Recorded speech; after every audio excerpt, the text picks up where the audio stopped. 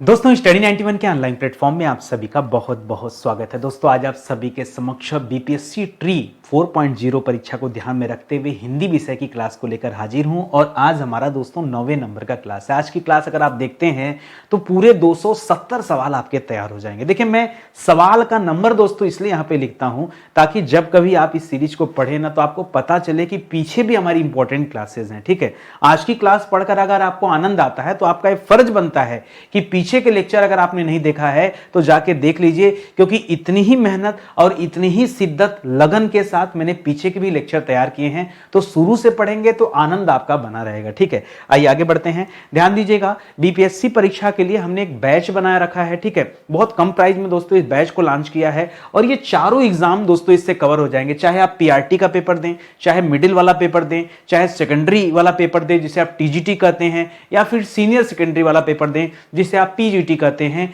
ये पूरा का पूरा एग्जाम दोस्तों एक ही बैच से कवर होगा जिसमें हमने संपूर्ण हिंदी को कवर कर रखा है। ठीक है, तो आपके लिए बहुत ही कमाल का बैच है और एक बार पढ़कर देखेंगे ना तो आपको यह लगेगा कि सर यही एग्जाम नहीं, भारत का कोई भी एग्जाम हो जहां पर हिंदी विषय से सवाल पूछे जाएंगे, आपका कॉन्फिडेंस इतना अच्छा हो जाएगा, आपकी तैयारी इतनी अच्छी हो जाएगी कि दोबारा कोई एग्जाम में आपको डर नहीं लगेगा और आप हमेशा 100% नंबर प्राप्त करेंगे। ठीक है, आइए आगे बढ़ते हैं और सीधे अपने सवालों को हल करते हैं, देखते हैं कि आपकी तैयारी कितने बेहतर लेवल पर हो पाई है। ठीक है, तो 241 नंबर से हम अपनी कहानी शुरू कर रहे हैं और 270 नंबर पे हमारी ये कहानी समाप्त होने वाली है।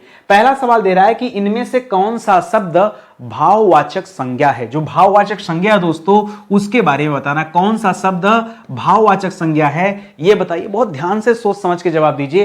करा गेंद, गेंद तो दोस्तों भाववाचक संज्ञा है नहीं, गेंद तो छू सकते हैं, तो गेंद क्या है दोस्तों, गेंद को दोस्तों अच्छा गेंद में बहुत वैरायटी होता है, इस वजह से दोस्तों इसको जातिवाचक के अंतर्गत रखा जाता है। किसके अंतर्गत है? जातिवाचक। अब किस तरह का गेंद है, प्लास्टिक का गेंद है, रबड़ का गेंद है, टेनिस का गेंद है, ठीक है, छोटा है बड़ा, तो उस हिसाब से अलग अलग हो जाएगा। जो पक्षी शब्द है दोस्तों यह भी जातिवाचक का बोध कराती, क्योंकि पक्षी में किसी पर्टिकुलर पक्षी का नाम नहीं लिख रहा है। अगर कबूतर, तोता, कोयल, मैना ये लिख देता तब दोस्तों व्यक्तिवाचक हो जाता, ये भी याद रखेंगे। रामायण दोस्तों जितने भी पुराणों के नाम है दोस्तों ये क्या कहलाता है। अब देखिए रामायण एक महाकाव्य है और रामायण जो दोस्तों यह व्यक्तिवाचक के अंतर्गत आ जाएगा। किसके अंतर्गत आ जाएगा? यह व्यक्तिवाचक। जब किसी पुस्तक का नाम फिक्स हो जाए तो व्यक्तिवाचक होता है। यहां पे जो बचपन दिया है ना यही क्या है दोस्तों, ये भाववाचक है। क्या दोस्तों, यह भाववाचक है, तो इसको आप याद रखेंगे। ठीक है, तो यहां पर ऑप्शन नंबर 4 जिन बच्चों ने जवाब दिया है उनका उत्तर तो सही है और बाकी लोग जो है अपना एक बार सोच विचार कीजिए कि गलती कहां से हो रही है आपसे। ठीक है,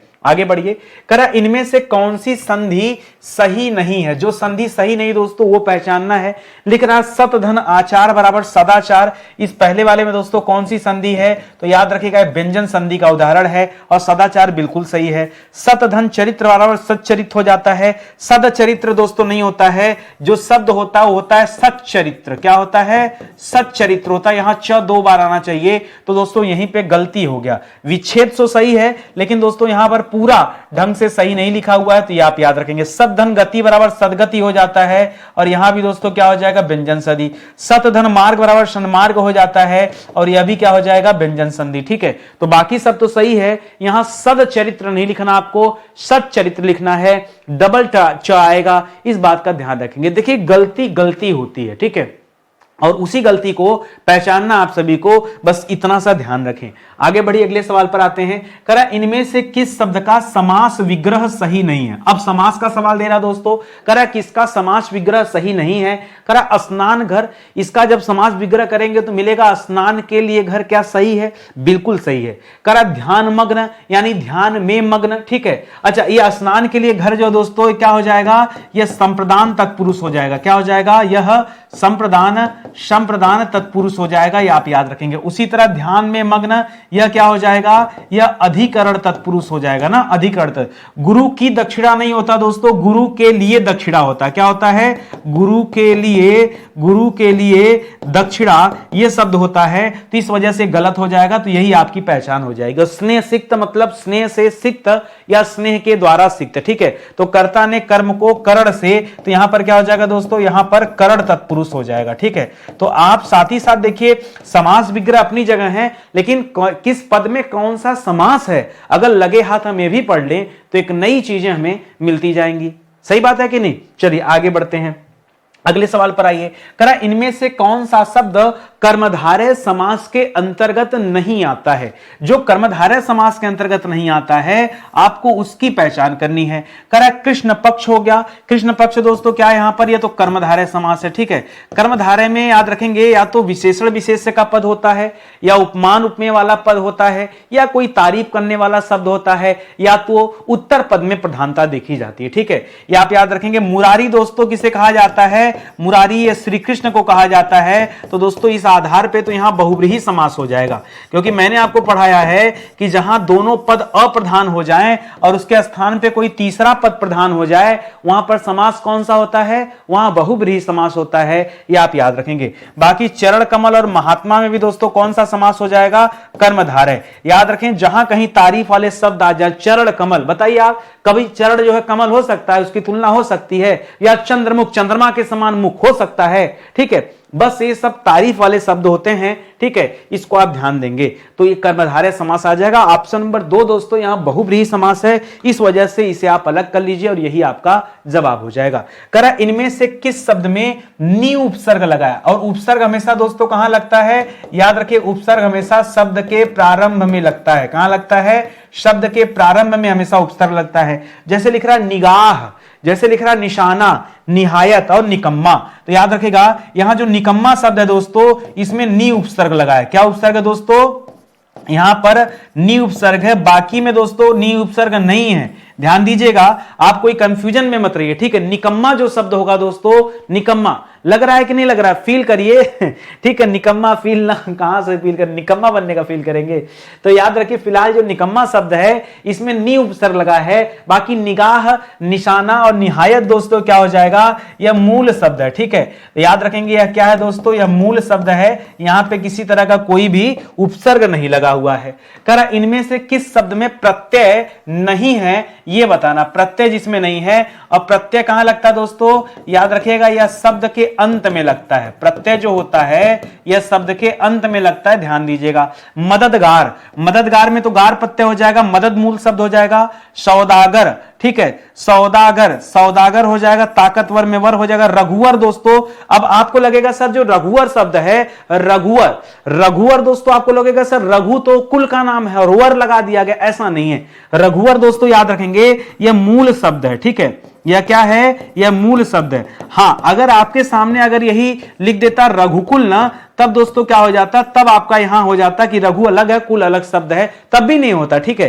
क्योंकि कुल लगाकर कोई प्रत्यय नहीं होता, कुल जो प्रत्यय होता उस प्रत्यय के जोड़ने से बहुत सारे शब्द बनते हैं, जबकि कुल यहां पर कोई प्रत्यय नहीं, तो इसको भी दोस्तों आप मूल में ही रखते हैं, ठीक है, मूल में ही रखते हैं। तो इसको याद रखेंगे। मूल क्या है, एक तरह से देखा जाए तो यौगिक आ जाएगा। ये जो रघुकुल है यह यौगिक के अंतर्गत आएगा, मूल ना बोलिए, ठीक है, यौगिक बोलिए इसे, ठीक है। एक आप पढ़ते होंगे शब्द भेद के बारे में, तो वहां पढ़ते होंगे, या शब्द रूप चैप्टर पढ़ते हैं तो वहां पढ़ते होंगे कि शब्द रूप में रचना के आधार पर दोस्तों शब्द 3 प्रकार के होते हैं। एक होता है रूढ़ शब्द जिसका खंड न किया जा सके, एक होता है यौगिक शब्द जो 2 सार्थक शब्दों से मिलकर एक तीसरे शब्द का निर्माण करता है, और एक होता है योग रूढ़ शब्द जिससे किसी तीसरे पद का बोध हो, उसे योग रूढ़ करते हैं। तो पर्यायवाची वाले जवाब उसमें आते हैं। इस आधार पे फिलहाल याद रखेगा मददगार में तो गार प्रत्यय है, यहां दिख रहा होगा। सौदागर में गर है और ताकतवर में वर प्रत्यय है, हमेशा ये अंत में लगे। लेकिन रघुवर में दोस्तों प्रत्यय नहीं लगा हुआ है, तो ऑप्शन नंबर 4 आप सही कर लीजिए। देखिए कॉपी कलम लेके जब बैठेंगे ना तब आपको सत्यता का ज्ञान होगा और आपको यह पता चलेगा कि सच में हमें क्या आता है और क्या नहीं आता है, ठीक है। ऐसे देखेंगे वीडियो तो लगेगा कि सब आता है, ऐसे देखेंगे तो नहीं। आप कॉपी कलम लेके बैठिए, ऑटोमेटिक सवाल सही और गलत होने शुरू हो जाएंगे। अगला दे रहा दोस्तों अजर और अजीर। अजर और अजीर जो शब्द युग में दे रहा दोस्तों, इसका सही अर्थ बताना है, क्या हो जाएगा, ठीक है। तो याद रखेंगे अजर, अजर का मतलब क्या होता है दोस्तों, जो कभी बूढ़ा ना हो, ठीक है। अजर का तात्पर्य क्या है, जो कभी बूढ़ा न हो, ठीक है। अजर हम लोगों को जो आशीर्वाद देते थे, कभी बुजुर्ग आप आशीर्वाद दीजिए तो एक आशीर्वाद वो लोग देते हैं कि बेटा अजर रहा अमर रहा। अमर मतलब तुम्हारी कभी मृत्यु ना हो, और अजर का मतलब तुम कभी बूढ़े ना हो, ठीक है। तो अजर दोस्तों याद रखेंगे, अजर किसे कहा जाता है, अजर देवता को कहा जाता है, ठीक है। देवता भी कभी बुजुर्ग नहीं होते, बूढ़े नहीं होते, वरना आप देखिए बहुत सारे देवता सब बुढ़े हो जाते नहीं होते हैं, ठीक है, तो याद रखेगा देवता, तो अजर का मतलब तो देवता हो जाता है। लेकिन अगर यहीं पर दोस्तों अजीर शब्द आ जाए तो अजीर का मतलब याद रखेंगे आंगन हो जाता है। अजीर किसे कहते हैं? आंगन।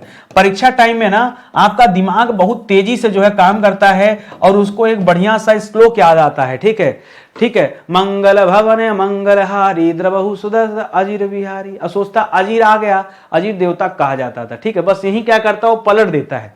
वो क्या करता है, अपना उत्तर 3 टिक कर देगा, आंगन देवता कर देगा, ऐसा दिमाग में आता है। लेकिन इस तरह से आप इससे दूर रहिए। अगर आज आप ये क्लास देख लिए ना तो ये लाइन आपको याद हो जाएगी और ऑटोमेटिक एग्जाम टाइम में ये बात आपको मेरी याद आएगी कि नहीं, नितिन सर ने क्या समझाया था वो बात हमें ध्यान रखना है। ठीक है, तो फिलहाल आपको इसका उत्तर मिल ही गया होगा और सत्यता का ज्ञान हो गया होगा। इनमें से किस शब्द युग्म का अर्थ दोस्तों गलत है, ये बताइए कौन सा गलत है। कर द्यूत और द्यूत मतलब क्या होता है? द्यूत, देखिए एक दूत लिखा है तो दूत तो कहा जाता है संदेश वाहक को। राजा वाजा एक राजा दूसरे राजा के दरबार में अपना दूत भेजता था, संदेश वाहक भेजता था। आप रामायण काल में अंगद को देखे होंगे। अंगद को सर्वप्रथम श्री रामचंद्र जी ने रावण के पास दूत बनाकर भेजा कि भैया मत लड़ाई पे उतरो, ठीक है, सीता को वापस भेज दो, बात यहीं खत्म करो। लेकिन उसको नहीं समझ में आया ना, तो याद रखेंगे। तो दूत माने संदेश वाहक और द्यूत माने क्या होता है? महाभारत में आपने सुना होगा द्यूत क्रीड़ा।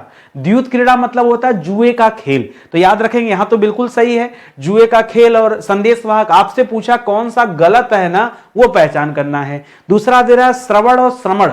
श्रवण माने होता सुनना, जबकि श्रवण का मतलब कान और श्रवण माने क्या हो जाता है? सुनना। और देख लीजिए मेल और मैल, मेल होना यानी मिलन होना और मैल वो गंदगी या मलिनता को कहा जाता है। शोक और शौक, तो शोक माने क्या हो जाता है? खेद हो जाता है और बाकी शौक माने क्या हो जाता है? तो रुचि हो जाता है। यहीं पे दोस्तों गड़बड़ है, क्योंकि श्रवण माने सुनना होता है। श्रवण का तात्पर्य क्या दोस्तों? श्रवण का तात्पर्य सुनना होता है, यहां कान दे दिया ना, ये गड़बड़ कर दिया यहां पे। ठीक है, तो ये आप इसको याद रखेंगे। और श्रवण नाम के एक व्यक्ति भी थे, वो तो मान लीजिए अलग हैं। ठीक है, जिनकी मृत्यु दोस्तों राजा दशरथ के हाथे बाई मिस्टेक हो गया था, जानबूझकर उन्होंने ऐसा कुछ नहीं किया था। ठीक है, तो ऑप्शन नंबर 2 दोस्तों सही हो जाएगा। करा इनमें से कौन सा शब्द कमल का पर्यायवाची है, ये बताइए। कमल का पर्यायवाची दोस्तों कौन सा है, ये बता दीजिए। जैसे पहला शब्द दे दिया उपल, पता होना चाहिए अगर ये कमल का पर्यायवाची नहीं है तो किसका पर्यायवाची है। याद रखेंगे उपल पत्थर को कहा जाता है, उपल पाषाण को कहा जाता है, उपल जो है दोस्तों सैल को कहा जाता है। ये सब दोस्तों किसका पर्यायवाची? पत्थर के ऊपर है। ठीक है, मनसिज दोस्तों याद रखेंगे, मनसिज जो शब्द है ये किसे कहा जाता है? कामदेव जी को कहा जाता है। कामदेव को मनसिज कहा जाता है, मार कहा जाता है, स्मर कहा जाता है, अनंग कहा जाता है, पुष्प धनवा कहा जाता है, पंचसर कहा जाता है, बहुत सारे नाम है, रतिपति रतिनाथ, ये सब हो जाता है। सब्ज माने क्या होता है? सब्ज हरियाली को कहा जाता है। सब्ज का मतलब क्या हो जाता है? हरियाली। ठीक है, यहां अब जो हो जाएगा दोस्तों, अब्ज जो शब्द है यह कमल को कहा जाता है। कमल को नलिन भी कहते हैं, कमल को पद्म भी कहते हैं, कमल को कंज भी कहते हैं। ठीक है, कमल को और क्या कहते हैं? कंज। कमल को राजीव भी कहते हैं। बाकी आप जो पढ़ते हैं दोस्तों, जिसका आप बेसब्री से इंतजार कर रहे हैं कि जलज, नीरज, तोयज, सर, ये सब बोल देते, तो ये भी लिख लीजिए। ठीक है, तो ये कमल का उत्तर हो जाएगा। कमल का पर्यायवाची अब जो होता है, जल की पर्यायवाची में जब आपने ज शब्द जोड़ दिया तो हमेशा याद रखिए कमल का पर्यायवाची वो बन जाएगा। ठीक है, इस तरह से ऑप्शन नंबर 4 जो है इस सवाल का सही उत्तर हो जाएगा। करा इनमें से कौन सा विलोम युग्म सही नहीं है, ये आप बताइए। कौन सा विलोम युग्म दोस्तों सही नहीं है, उसकी पहचान कीजिए। करा इष्ट का विलोम क्या हो जाता है? अनिष्ट हो जाता है। उन्नत का अवनत हो जाता है। असीम का निश्चीम हो जाता है। नहीं, असीम का सुसीम होता है, निश्चीम नहीं होता है। ठीक है, असीम का क्या हो जाता है? सुसीम हो जाता है। ठीक है, और क्या लिख रहा है दोस्तों? दयालु का निर्दयी हो जाता है या निर्दय। तो ऑप्शन नंबर 3 दोस्तों सही नहीं है, बाकी तो सब ठीक ही ठाक लिख रहा है। तो इस तरह से दोस्तों आपको केवल पहचानना भर है। मैं फिर से कह रहा हूं, कॉपी कलम लेके बैठिए, तब आप सच में जान पाएंगे कि आपको आ भी रहा है या आप अपने आप को बेवकूफ बनाने में पड़े हैं। ठीक है, पहले कॉपी कलम लेके बैठिए। अगला दे रहा सवाल, इनमें से कौन सा विलोम युग्म गलत है? एक मौका और आपको दिया जा रहा है, आप पहचानिए कि यहां पर कौन सा गलत है। करा संपन्न का विपन्न हो जाएगा, बिल्कुल सही है। संपन्न का विपन्न, शिष्ट का विशिष्ट नहीं होता दोस्तों, शिष्ट का अशिष्ट होता है। क्या होता है? शिष्ट का क्या हो जाता है? अशिष्ट हो जाता है, ये मिस्टेक है। स्वतंत्र का परतंत्र हो जाएगा, ये सही है, ठीक है। और कीर्ति का अपकीर्ति हो जाता है, ये भी सही है। इसी तरह यश का अपयश हो जाता, वो भी सही रहता। ऑप्शन नंबर 2 दोस्तों गलत है, और जो गलत है किस कारण गलत है वो भी मैंने आपको बता दिया। अगला सवाल, जो ईश्वर और धर्म में विश्वास करता है उसे क्या कहते हैं? जो ईश्वर में विश्वास करता है उसे क्या कहते हैं? उसे आस्तिक कहते हैं। और याद रखिए, जो विश्वास नहीं करता है उसे क्या करते हैं? जो विश्वास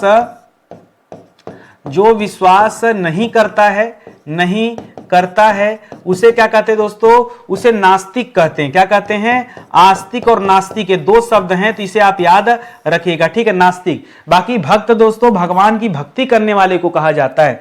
धर्मात्मा, जो आत्मा धर्म के लिए कार्य करे उसे धर्मात्मा कहा जाता है। ईश्वरवादी मतलब जो रहस्य या जो बातें ईश्वर से संबंधित हों वो ईश्वरवादी कहा जाता है। तो ऑप्शन नंबर 4 दोस्तों बहुत आसान है, ये आपका दोस्तों सही जवाब हो जाएगा। अच्छा, कई बार आपको लग रहा होगा सर पेपर बड़ा आसान है, विश्वास कीजिए मैं इस पेपर को कठिन बना के क्या करूंगा। जैसा लेवल आपसे आपकी परीक्षा में पूछा जाता है मुझे वो लेवल लेके चलना चाहिए, या मैं अपने आप को बहुत बड़ा व्यक्ति दर्शाऊं कि नहीं मेरे सवाल ऐसे हैं जो मतलब बहुत गजब के हैं, बस आपको पराजित करना ही हमारा ध्येय है। ऐसा नहीं ना, हमें किसे पराजित करना, हमें आपको नहीं हराना, हमें इस परीक्षा को हराना है। ना आपको मुझे हराना है, ना मुझे आपको हराना है। समझ में आ रहा है ना? हम दोनों को मिलकर किसे फतेह करना है? इस परीक्षा को फतेह करना है, इसको हराना है, इस पर विजय हासिल करना है। उसी में मेरी भी इज्जत बचेगी और उसी में आपकी भी इज्जत बचेगी। तो बेहतर यह है कि हम परीक्षा को ध्यान में रखकर दोस्तों काम करें। अच्छा, कुछ बच्चे और कॉल कर रहे थे, कमेंट भी कर रहे थे कि सर वो ना गद्यांश वाले सवाल आप नहीं कवर करा रहे हैं। मैंने उनसे कहा भैया रुक जाओ, 10 तक पढ़ लो, आज 9वां दिन है, 10 तक पढ़ लो, एक बार रिदम बन जाए, फिर गद्यांश के सवाल भी शामिल कर देंगे। हाँ, एक अच्छी बात है दोस्तों, कभी भी आपको लगे ना कि नितिन सर आप ऐसे नहीं कुछ ऐसे पढ़ा दीजिए, जब आप ये कमेंट करते हैं सच बताऊं दिल मेरा गदगद हो जाता है, मन प्रसन्न हो जाता है, ठीक है। तो आप ना जब भी कुछ कमेंट कीजिए तो आप बताइए कि आप क्या चाहते हैं, आपकी आत्मा आपसे क्या मांग रही है, मुझसे बोलिए तो सही यार। हर चीज पैसे पे नहीं होता है, क्यों परेशान है आप कमेंट तो कीजिए, मैं रिप्लाई दूंगा, ठीक है। चलिए आगे देखते हैं। करा वह व्यक्ति जिसने इंद्रियों को अपने वश में कर लिया है उसके लिए क्या होता है। देखिए बहुत सारे बच्चे यहां कैवल्य कर सकते हैं, या एक शब्द आता है जिन, ठीक है। देखिए कैवल्य या जिन दोस्तों ये महावीर स्वामी को कहा जाता था कि उन्हें ज्ञान की प्राप्ति हो गई, ठीक है। महावीर स्वामी को जब ज्ञान की प्राप्ति हो जाती है तब दोस्तों उन्हें कैवल्य या जिन बुलाया गया। और ऐसा कब? क्योंकि कहा जाता था कि उन्होंने अपनी इंद्रियों को अपने वश में कर लिया, ठीक है। काम, क्रोध, लोभ, मोह, लिप्सा, कुत्सा, इन सब से दोस्तों परे हो गए थे। तो ये, लेकिन यहां पर ये अर्थ नहीं है। वाक्यांश के लिए एक शब्द अगर आप पढ़ रहे हैं तो ये जवाब नहीं होगा। जितेंद्र भी नहीं होता, जितेंद्र अलग हो जाएगा दोस्तों। इंद्रजीत तो जो जिसने इंद्र को जीत लिया वो मेघनाथ, ठीक है। मेघनाथ को कहा जाता है। मेघनाथ दोस्तों जो रावण का पुत्र था उसने इंद्र को हरा दिया था, ठीक है। तो इंद्र को जीत लिया तो मेघनाथ वो था, ठीक है। जितेंद्रीय हो जाएगा दोस्तों जिसने इंद्रियों को जीत लिया हो, यह शब्द लगाइएगा जितेंद्रीय। क्या लिखेंगे? जितेंद्रिय। तब दोस्तों आपका जवाब सही हो जाएगा। करा इनमें से वर्तनी की दृष्टि से जो अशुद्ध शब्द है, जो गलत है, उसकी पहचान कीजिए। करा वैयाकरण। वैयाकरण किसे कहते हैं? जो व्याकरण का ज्ञाता होता है ना, उसके लिए शब्द आता है वैयाकरण, ठीक है, ये सही है। शताब्दी दोस्तों गलत लिख रहा है, यहां पर 2 शब्द गलत मुझे दिख रहा है, एक शताब्दी एक आह्लाद। शताब्दी कैसे लिखा जाएगा दोस्तों? शताब्दी में हमेशा बड़ी की मात्रा रहती है, और आह्लाद में क्या मिस्टेक है दोस्तों? ह के नीचे हलंत होगा, बिना हलंत के। यह आह्लाद शब्द भी गलत है। भाई हमें तो सब बताना, हमारा कोई मोहब्बत थोड़े है कि नहीं हम इसको बता दें इसको छोड़ दें। देखिए इसको समझिएगा, ठीक है। बाकी तो आप देख रहे हैं सही, तो ऑप्शन नंबर 2 और 3 यहां पर दोनों सही है। एक एक बातें आपको ध्यान में रखनी है। अब आपके मन में आ रहा है सर हलंक कौन सी बड़ी बात है? नहीं, बहुत बड़ी बात है दोस्तों। मैं आपको बताऊं, जैसे आप लोग एक शब्द लिखते हैं जगत, लिखते हैं ना जगत, जगत में हलंत होना चाहिए। आप लोग एक शब्द लिखते हैं हनुमान, क्या लिखते हैं? हनुमान, हनुमान में भी हलंत होना चाहिए। आप एक शब्द लिखते हैं आपातकाल, आपातकाल में त के नीचे भी हलंत होना चाहिए। अगर आप शुद्ध अशुद्ध की बात करें तो आप एक शब्द लिखते हैं श्रीयुत, क्या लिखते हैं? कार्ड में जब किसी को न्योता वगैरह देना होता है तो कार्ड में देखिएगा शब्द लिखा होता है श्रीयुत, युत में भी दोस्तों हलंत होना चाहिए। एक शब्द आप लिखते हैं बुद्धिमान, क्या लिखते हैं? बुद्धिमान, तो बुद्धिमान जो शब्द होता है दोस्तों इसमें भी हलंत होना चाहिए। हलंत बहुत मायने रखता है। आप लगाते हैं नहीं लगाते हैं वो अपनी जगह है, लेकिन दोस्तों मायने तो रखता है, ठीक है। तो इस बात का आप ध्यान यहां पर रखेंगे। आगे बढ़िए, करा इनमें व्याकरण की दृष्टि से जो शुद्ध वाक्य है वो पहचानिए, जो व्याकरण की दृष्टि से शुद्ध है। करा मैं उसके घर कई बार जा आया हूं, ठीक है, जा आया हूं, ठीक है। अच्छा, हमें परस्पर में सहयोग करना चाहिए। अच्छा, बुरे वक्त के आने पर लोग घबरा जाते हैं। अच्छा, आप मुझ पर भरोसा कर सकते हैं। देखिए, सही एक ही होगा, 3 गलत होगा। जो गलत होगा उसको भी दोस्तों हम लोग सुधारेंगे, क्योंकि बिना सुधार के मजा कैसा। तो देखते हैं, कह रहे मैं उसके घर कई बार जा आया नहीं हूं दोस्तों, जा चुका हूं। मैं उसके घर कई बार जा चुका हूं, ऐसा होना चाहिए। तो पहला वाला गलत हो गया। हमें परस्पर में हटाइए, हमें परस्पर में नहीं, हमें परस्पर यानी एक दूसरे का सहयोग करना चाहिए, ये सही हो जाएगा। में काटने की जरूरत थी यहां पर। बुरे वक्त के आने पर, बुरे वक्त के आने पर नहीं दोस्तों, बुरे वक्त पर, बुरे वक्त में कहिए, ठीक है। वक्त के साथ दोस्तों में कहिए, बुरे वक्त में लोग घबरा जाते हैं, ऐसा होगा तो यह भी गलत है। आप मुझ पर भरोसा कर सकते हैं और करिए, जो मैं बता रहा हूं ये बिल्कुल सही है। ऑप्शन नंबर 4 अगर आपके कलम से सही जवाब दिया आपने, तब तो दोस्तों आपका उत्तर सही है, अन्यथा दोस्तों आपने कर दिया गलती, तो उसे आप सुधारिए, आगे से न कीजिएगा। आगे लिख रहा है दोस्तों, खोदा पहाड़ निकली चुईया। ये जो लोकोक्ति है, लोगों द्वारा कही गई उक्ति, इसका भावार्थ क्या है?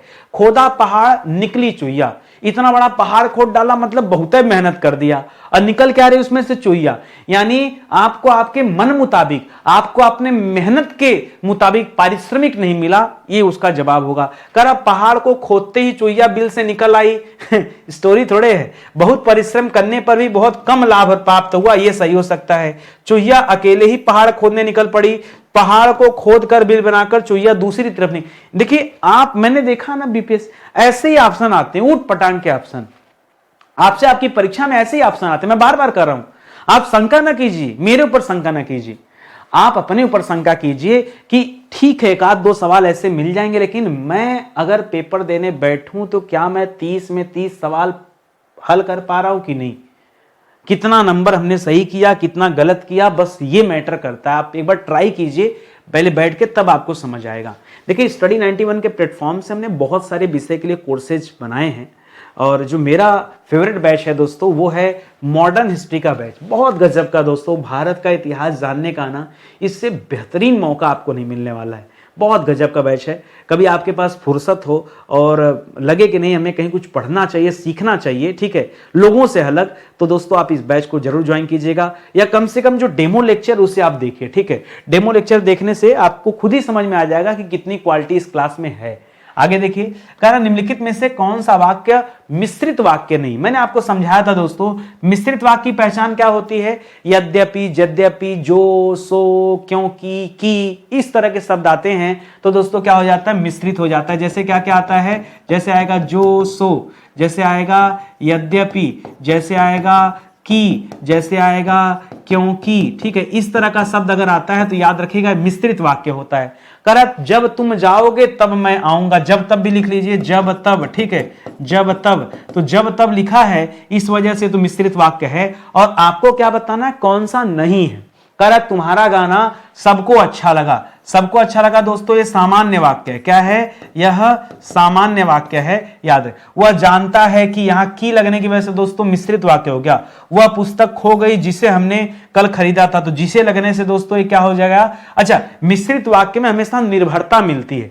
मिश्रित वाक्य में हमेशा क्या होती है? याद रखेंगे, निर्भरता। निर्भरता, जैसे देखो, जब तुम आओगे तब मैं जाऊंगा, अगर नहीं आओगे तो नहीं जाऊंगा। आ रही समझ में? जैसे लिखा है वह पुस्तक खो गई, और दूसरा देखिए निर्भर है, जो हमने कल खरीदा था, समझ में? तो निर्भरता देखने को मिल रही है, यह भी एक पहचान होता है, ठीक है। अब ये सारे जो ट्रिक हैं हम आज यहां भले में शेयर कर दिया, लेकिन जनरली इस तरह की ट्रिक आपको पेड क्लास में दिया जाता है। जब वहां आएंगे सीखेंगे ना, तो आपको एक अद्भुत क्लास नजर आएगा, लगेगा कि यार ये सब चैप्टर में तो दम ही नहीं है। ऐसे आप हवा में क्वेश्चन हल करना सीख जाएंगे। तभी मैं आपको बुला रहा हूं कि आप आइए एक बार पेड बैच ज्वाइन कीजिए, फिर आपको लगेगा। कह रहा किस वर्ड का उच्चारण कंठ और ओष्ठ के सहयोग से होता है। कंठ और ओष्ठ के सहयोग से किसका उच्चारण होता है ये देख लेते हैं। जैसे ओ लिखा है तो ओ का उच्चारण दोस्तों अ और उ के मिलने से होता है। अ को दोस्तों क्या अ का उच्चारण कंठ से होता है और उ का उच्चारण दोस्तों ओष्ठ से होता है। इस प्रकार ये जो ओ शब्द है इसका उच्चारण कंठोष्ठ से हो जाएगा। तो यही आपका जवाब हो जाएगा, क्योंकि पूछा भी है कंठ और ओष्ठ। उसी की जगह अगर ए लिख देता तो ए का निर्माण कैसे होता, अ और ई से होता है। अ को बोलते हैं कंठ स्वर, जबकि ई को बोलते हैं तालु स्वर। इस वजह से दोस्तों इसे क्या कहते हैं, इसे कहते हैं कंठ तालव्य। और यहां कंठ तालव्य की बात नहीं हो रही, कंठ तालु की, यहां कंठ ओष्ठ की बात हो रही है। तो ये तो गलत हो जाएगा। अ का निर्माण कैसे होता है जानते रहिए, अ और ए के मिलने से होता है। अ को क्या कहते हैं दोस्तों, कंठ कहते हैं, जबकि ए को दोस्तों कंठ तालव्य कहते हैं। क्या कहते हैं, कंठ तालव्य। तो ये भी दोस्तों वही हो जाएगा, कंठ तालव्य। व का उच्चारण दोस्तों दंतोष्ठ होता है। क्या होता है, व को दंतोष्ठ भी कहा जाता है और व को दोस्तों अंतस्थ भी कहा जाता है। क्या कहा जाता है, अंतस्थ। तो दोनों बातें आप याद रखेंगे व के लिए, ये बातें आप याद रखें, क्योंकि यर अलावा जो 4 वर्ड होते हैं, अक्षर होते हैं, ये अंतस्थ कहे जाते हैं, अंतस्थ व्यंजन। और दंतोष्ठ पूरे वर्णमाला में केवल एक ही अक्षर ऐसा जो दंतोष्ठ है दोस्तों, वह कौन सा है, वो कौन सा है, वो। तो इसको आप याद रखेंगे। फिलहाल आपका उत्तर वो हो जाएगा, वो। तो ये आपका सही जवाब हो जाएगा जो आपसे पूछा गया, कंठोष। करा व्यक्ति द्वारा सार्थक उच्चरित वाणी को दोस्तों क्या कहते हैं, ठीक है। जो सार्थक यानी जिसका अर्थ हो, ठीक है। सार्थक मतलब क्या हो जाता है, जिसका अर्थ हो, ठीक है, जिसका अर्थ हो। जैसे अगर जिन बच्चों ने यहां पे दोस्तों अक्षर कहा, अगर मैं आपसे कहूं दोस्तों य, तो बताइए इसका कोई अर्थ है क्या। मैंने कहा र, क्या इसका कोई अर्थ है क्या, नहीं। तो याद रखेंगे अक्षर का कोई अर्थ नहीं होता है, मुहावरा और वाक्य बिल्कुल नहीं है। ये हम भाषा की बात कर रहे हैं, क्योंकि आपसे कह रहा है कि व्यक्ति द्वारा सार्थक उच्चरित जो वाणी है, और सार्थक उच्चरित वाणी का मतलब क्या है, उसने कोई वाक्य प्रयोग किया होगा, कोई भाषा बोली होगी, या फिर उस भाषा में बहुत सारे शब्द और वाक्य बोले होंगे, ठीक है। तो यहां पर आप भाषा कहिए, क्योंकि यहां वाणी की बात हो रही है, तो यहां वाक्य भी करने की जरूरत नहीं है, यहां भाषा आपका दोस्तों सही जवाब होगा। करा जिससे भूतकाल की क्रिया के विशेष समय का ज्ञान न हो। ध्यान दीजिएगा, एक तो बता रहा दोस्तों क्रिया कहां की है, भूतकाल की है, यानी बीते हुए समय की, और ऊपर से कह रहा है कि विशेष समय का ज्ञान नहीं हो। अगर विशेष समय का ज्ञान नहीं हो रहा दोस्तों, तब उसे हम सामान्य भूतकाल कहते हैं। आसन्न दोस्तों कब कहते हैं, जो अभी अभी घटा हो, जो अभी अभी हुआ हो या घटा हो, उसे कहते हैं आसन्न।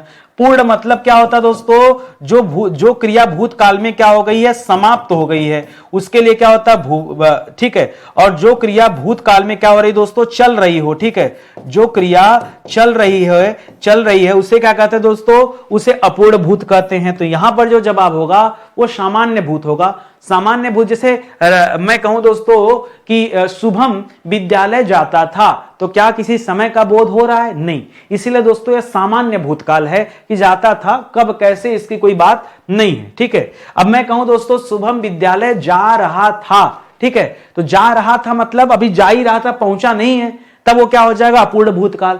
मैं आपसे कहूं दोस्तों कि शुभम विद्यालय जा चुका था, यानी वो विद्यालय पहुंच चुका है, ठीक है, तब वो क्या हो जाएगा, पूर्ण भूत हो जाएगा। मैं कहूं शुभम अभी अभी विद्यालय के लिए निकला, यानी जस्ट अभी की बात हो रही, निकला, तब वो आसन्न भूत हो जाएगा। तो समझने के ऊपर है दोस्तों, जब आप ध्यान से इस तरह समझेंगे। और देखिए कोई समझाने वाला भी होना चाहिए यार, आप कितना समझेंगे। अरे जब तक आपके पास एक अच्छा माध्यम नहीं होगा, तब तक आप कैसे जो है धनुर्धारी बनेंगे, कैसे आप विजयी होंगे। तो माध्यम होना बहुत जरूरी है, माध्यम सही होना जरूरी है।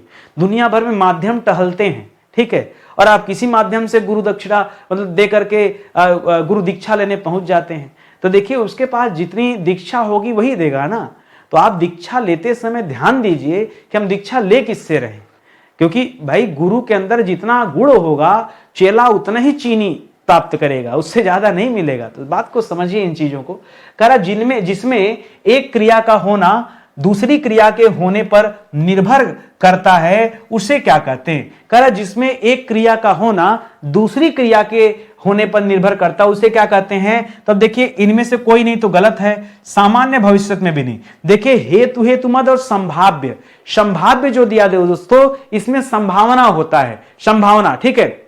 और हेतु हेतु मत दोस्तों मैंने आपको बताया था कि हेतु हेतु मत में क्या करना दोस्तों, ये दो तरह से होता है, एक हेतु हेतु मत वर्तमान में देखते हैं और एक यहां देखते हैं। और निर्भरता दोस्तों यही आपको मिलती है, क्योंकि हम कहते थे ना कि वर्तमान में करें यार भूत में, कि अगर मैं स्टेशन समय से पहुंचता तो ट्रेन मिल जाती, इसका मतलब आप लेट किए हैं, लेट किए तभी नहीं मिली। तो वहां पर दोस्तों हमेशा क्या मिलता है आपको वहां पर, ठीक है। जैसे अब देखिए जिस तरह से घटना भूतकाल में हुई उसी तरह से घटना भविष्य में भी हो सकती है, ठीक है।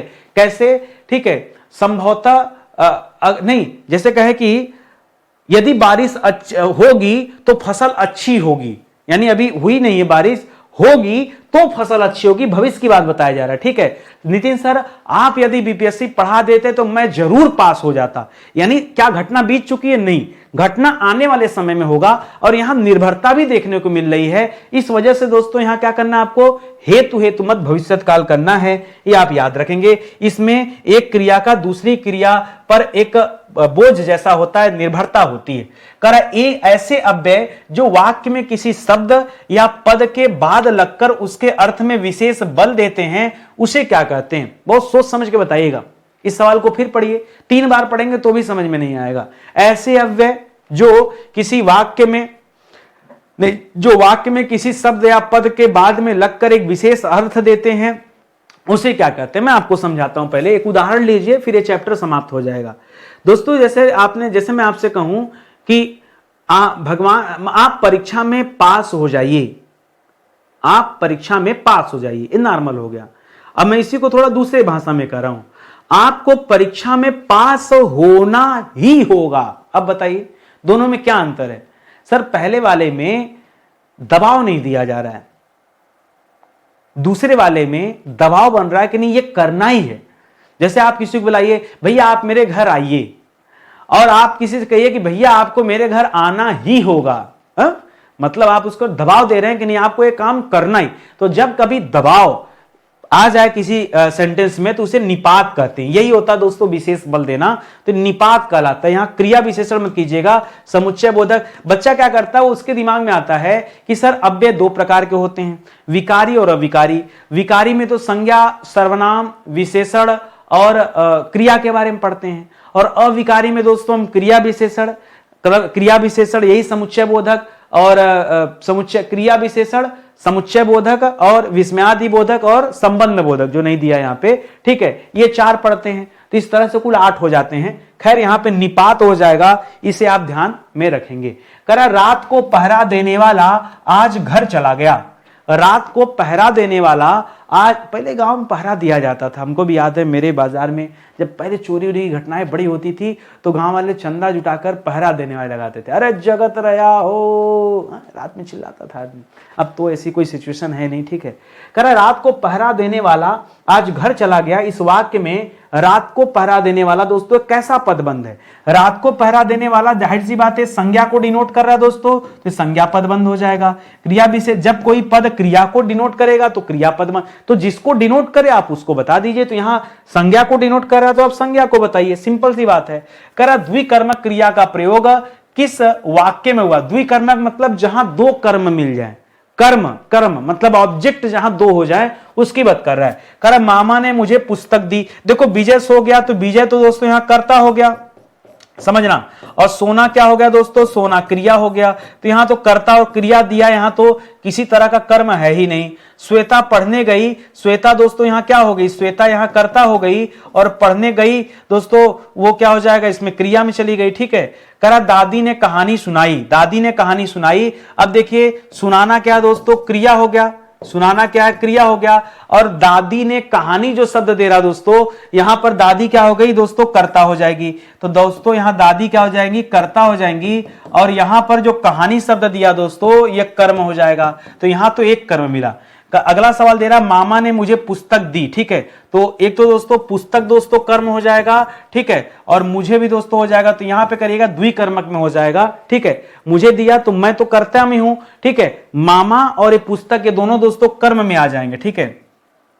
तो इसको आप याद रखेंगे, ठीक है। इस तरह से दोस्तों करेंगे तो ऑप्शन नंबर 1, 2 है ये आपका राइट आंसर हो जाएगा, सही जवाब हो जाएगा। द्विकर्मक का सीधा सीधा मतलब है कि जहां दो कर्म आ जाएं। करा निम्नांकित में पुलिंग कौन सा है ये बताना आपको, ठीक है। पुलिंग तो कह रहा दोस्तों तलवार। बताइए तलवार अच्छी होती है कि अच्छा तलवार होता है? बताइए अच्छी तलवार या अच्छा तलवार, सोचिए तब जवाब दीजिए। बताइए ताश दोस्तों अच्छी ताश होता है कि अच्छा ताश होता है?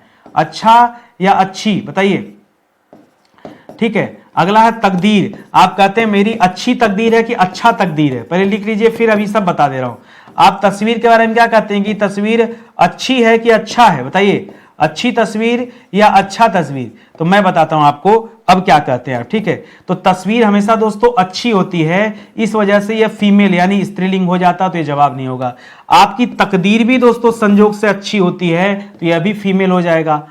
ताश का पत्ता दोस्तों अच्छा होता है, तो यह क्या हो जाएगा? मेल हो जाएगा, और यही आपका जवाब हो जाएगा।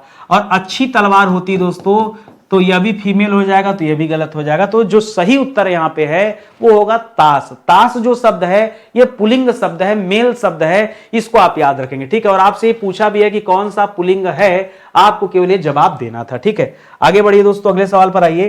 कह रहा है कि उद्देश्य के बारे में जो कुछ कहा जाए उसे क्या कहते हैं, ठीक है। उद्देश्य के बारे में जो कुछ कहा जाता है उसे विधेय कहा जाता है। उद्देश्य के बारे में जो कुछ कहा जाता है उसे क्या कहते हैं? विधेय। और उद्देश्य का तात्पर्य यहां किससे है दोस्तों? उद्देश्य का तात्पर्य यहां कर्ता से है, कर्ता यानी सब्जेक्ट से है, ठीक है। और विधेय का तात्पर्य दोस्तों यहां प्रेडिकेट से है। इंग्लिश में आप दो शब्द पढ़ते हैं, सब्जेक्ट और प्रेडिकेट ना, ये वही वाला है विधेय, ठीक है। तो याद रखेंगे कर्ता जिस किसी के बारे में कहता है वही दोस्तों क्या हो जाता है? विधेय हो जाता है। कह रहा है शेर भर अनाज। शेर भर अनाज, इसमें कौन सा विशेषण है ये बताना है। शेर दोस्तों क्या होता है आपको मैं बता दूं, यह माप तौल करने की जरूरत है, बहुत पुरानी इकाई है माप तौल की। ये आप याद, आज ना आ गया ग्राम, किलो, कुंटल, टन, ये सब आज आ गया। पहले इसी तरह का दोस्तों माप तौल में इकाई यूज किया जाता, एक शेर, दो शेर, चार शेर, ऐसे, ठीक है। तो ये गुणवाचक नहीं है, ये परिमाणवाचक विशेषण है, क्योंकि परिमाणवाचक में ही दोस्तों क्या होता है? परिमाणवाचक में ही दोस्तों माप तौल की बात की जाती है। तब दोस्तों आप ये जवाब अगर आप दे रहे हैं तब तो सही उत्तर है, अन्यथा उत्तर क्या हो जाएगा? गलत हो जाएगा। आगे बढ़िए। कह रहा है कि निम्नांकित में विसर्ग संधि का उदाहरण दोस्तों कौन सा है ये बताइए। कह रहा है जैसे निस्सहाय लिखा है दोस्तों, तो निस्सहाय का क्या हो जाता है? निधन सहाय बराबर निस्सहाय हो जाता है।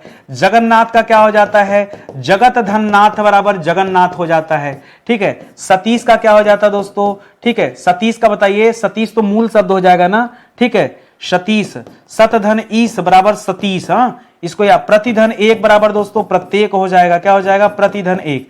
अब देखिए यहां पर प्रत्येक जो शब्द है यह यण संधि है, यहां पे दोस्तों ये दीर्घ स्वर संधि है, और यहां पर दोस्तों जगन्नाथ में यह हलंत लगा तो व्यंजन हो जाएगा, और ये जो निस्सहाय दे रहा दोस्तों ये आपका विसर्ग संधि है। तो कौन सा विसर्ग संधि का उदाहरण हो गया?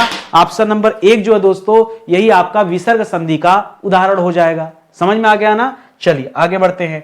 कारण नीचे लिखे शब्दों में कौन सा शब्द शुद्ध है? जो शुद्ध है आप उसकी पहचान कर लीजिए, ठीक है। तो कवित्री नहीं होता दोस्तों, शुद्ध शब्द क्या होता है? कवइत्री होता है। क्या होता है? कवइत्री होता है, तो ये तो गलत है। प्रज्वल में ध्यान दीजिएगा दोस्तों, एक ही ज होता है, एक ही ज होता है, ऐसे लिखा जाएगा प्रज्वल, ये गलत है, ठीक है। और अतिथि में दोस्तों क्या मिस्टेक है? अतिथि होता है। क्या होता है दोस्तों? अतिथि होता है, ऐसे लिखा जाएगा, छोटी की मात्रा आती है। यहां उज्जवल शब्द दोस्तों बिल्कुल सही है। उज्जवल शब्द क्या है? बिल्कुल सही है, ये आप ध्यान रखेंगे, ठीक है। अतिथि ऐसे हो जाएगा, ठीक है। तो यहां उज्जवल बिल्कुल सही दिया है, इस बात का ध्यान रखेंगे। बाकी जो दिया हुआ है वो गलत था। कह निम्नांकित में कौन सा संकेत सूचक वाक्य है? जहां पे संकेत दिया जा रहा है उसको पहचानना आपको। लिख रहा है यदि वर्षा हुई तो मैं नहीं जा सकूंगा, ठीक है। अच्छा आप आएंगे ना, आप आएंगे ना दोस्तों, ये क्या हो जाएगा? प्रश्नवाचकता का बोध हो रहा है यहां पर, ठीक है। आप देखिए कोई जरूरी नहीं है कि आपको न देखकर हमेशा नकारात्मक बताना हो। आप आएंगे ना, आप भाव देखिए क्या जवाब वाला भाव है कि नहीं। आपसे प्रश्न किया, अगर किसी ने आपसे पूछा कि भाई आप आएंगे ना, तो आप बदले में जवाब देंगे कि नहीं? जब आप जवाब देंगे तो याद रखिएगा वहां हमेशा प्रश्नवाचकता का भाव होता है, क्या, कब, कैसे, ये लिखा हो चाहे न लिखा हो, बात एक, इसका कोई मतलब नहीं है। फिलहाल ये आपका उत्तर नहीं है। करेक्ट, कहीं वह आ न जाए, ठीक है, ये दोस्तों नकारात्मक हो जाएगा। ईश्वर करे कि तुम अच्छे, कहीं वह आ न जाए, यह नकारात्मक क्या, यह निषेधात्मक हो जाएगा। क्या हो जाएगा? निषेधात्मक, ठीक है। नकारात्मक में नहीं होता है, निषेधात्मक में नकारा जाता है कुछ, ठीक है। आगे कह रहा है कि ईश्वर करे कि तुम शीघ्र अच्छे हो जाओ। यहां पे दोस्तों क्या है? यहां इच्छावाचक है। क्या है? यह इच्छावाचक वाक्य है। आपसे क्या पूछा था दोस्तों? आपसे पूछा था संकेत सूचक। देखिए यहां संकेत दिया भी जा रहा है कि यदि वर्षा हुई तो भाई मैं नहीं आ पाऊंगा, 100 की सीधी एक बात। तो यहां संकेत दिया जा रहा है और यही दोस्तों आपको पहचान करना था। इस तरह से यह सेशन यहीं पे समाप्त होता है। देखिए कई बार आपके मन में आता है सर जीएस कहां से पढ़े? जीएस अगर आपको तैयार करना हो ना, इससे सटीक बैच दोस्तों आपको नहीं मिलेगा। और बीपीएससी नहीं, कोई भी वनडे अगर आप एग्जाम दे रहे हैं ना, उन सब के लिए आप बहुत इंपॉर्टेंट बैच है। और आपके मन में होता भी है कि सर हम वही चीजें पढ़ेंगे जहां विस्तार से, सिस्टमेटिक तरीके से और सीक्वेंस में पढ़ाया गया हो। तो आइए यहां सीक्वेंस में आपको मिलेगा लेक्चर नंबर 1 से लेकर 45 तक क्या मिलेगा? एंशिएंट मिलेगा। लेक्चर नंबर 46 से लेकर 91 तक मिडावल हिस्ट्री यानी मध्यकालीन भारत का इतिहास मिलेगा। लेक्चर नंबर 92 से लेकर 150 तक मॉडर्न हिस्ट्री मिलेगी। 151 से लेकर 230 तक पॉलिटी मिलेगा। 230 से 231 से 330 नंबर तक 100 लेक्चर में ज्योग्राफी मिलेगा। और 331 नंबर से आगे हम लोग बढ़ ही जा रहे हैं दोस्तों। अब तक दोस्तों 385 प्लस लेक्चर आ चुका, ठीक है। तो 385 लेक्चर तक अभी ये क्लास चली रही दोस्तों, ऑनगोइंग है। ये इंडियन ज्योग्राफी चल रहा है। अब ये समाप्त हो जाएगा तो हम साइंस की तरफ बढ़ेंगे। तो बताइए लेट मैं हूं कि लेट आप हैं? अब तक दोस्तों 11,000 सवाल पढ़ा दिया गया। कितना सवाल? 11,000 से अधिक सवाल पढ़े। जैसे आज 30 सवाल आप पढ़े ना, इसी तरह से मैंने 11,000 सवाल पढ़ा दिया जीएस में, वो भी पूरा फ्री में। कहां? आप इसी चैनल पे स्टडी 91 पे आइए और प्लेलिस्ट में चले जाइए। वहां पर दोस्तों आपको एक एक वीडियो मिल जाएगा, सीक्वेंस में वीडियो मिल जाएगा, आप देख लीजिए, ठीक है। इसी के साथ आज का ये सेशन समाप्त होता है। उम्मीद करता हूं आपको अच्छा लगा होगा और समझ में आया होगा, ठीक है। तो कोशिश कीजिएगा, अगर अच्छा लगे तो बैच जरूर ज्वाइन कीजिए। बैच ज्वाइन करने के बाद आप हीरो हो जाएंगे। एक लाइन में बताऊं तो आप हीरो हो जाएंगे, बस इतना समझिए। और क्लास अच्छी लगी हो तो आप लाइक कीजिएगा, कमेंट कीजिएगा, शेयर कीजिएगा, यही आपसे निवेदन है, ठीक है। बहुत बहुत धन्यवाद आप सभी का। जय हिंद, जय Bharat. Thank you so much.